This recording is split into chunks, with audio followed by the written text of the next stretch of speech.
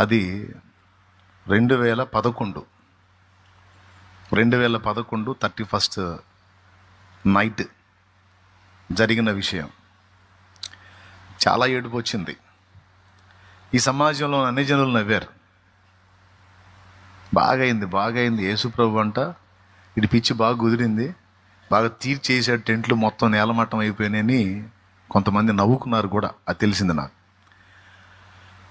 ఎందుకు జరిగిన పరిస్థితికి అంత నేలమట్టు కూలిపోయినాయి కదా. నీకే స్తోత్రం నాయన అని కన్నీరు గార్చి ప్రార్థన చేసుకొని అక్కడే జరిపించాను. సాయంనగర్లోనే ఆరాధన జరిపించి ఆ రోజు ఒక మాట పలికాను. ఈరోజు మనం ఎదుర్కొన్న ఈ శోధన, ఈ సమస్య నా దేవుడు చూశాడు. మరెన్నడూ మనకు ఆ పరిస్థితి రానివ్వడు.